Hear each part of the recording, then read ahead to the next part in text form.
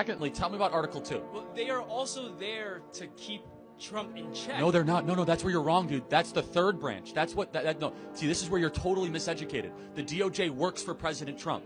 Literally, the Attorney General of the United States works for the President of the United States. The Supreme Court, or the third branch, is a separate branch. The DOJ is not a separate branch.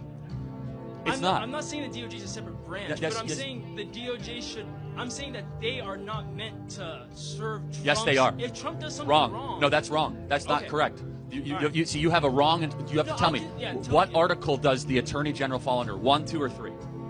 I don't. Article 2, which is the President of the United States. All power vested in Article 2 is vested in the President. That's right there in Article 2.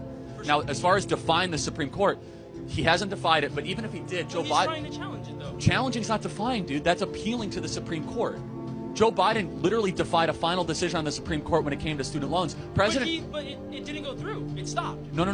Joe Biden kept on actually defying it. Yeah, because he kept trying to rework it to where it would be legal.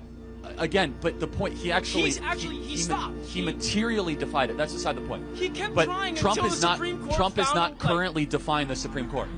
The Supreme Court said he needs to facilitate the return for Abrego Garcia, and I don't advocate for the man. The Supreme Court has not said they have to do that. They haven't. You're wrong. What the Supreme Court said is that the Trump administration made an error and they have to write a request to El Salvador, which they did. But you're ignoring the part where they said he has to facilitate the return. And he has. El Salvador has denied it. He said he doesn't control. He doesn't control El Salvador. Okay. I want to appreciate too. Thank you for helping me with the stuff that I am wrong about. So that I appreciate as well. Last point. Then we have a long line. Okay. I also want to say too.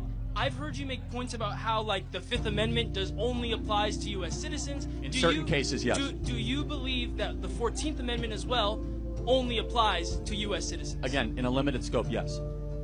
Because, again, the Supreme Court agrees. Again, there's expedited removal. But what about... The Supreme Court has said there's no due process rights.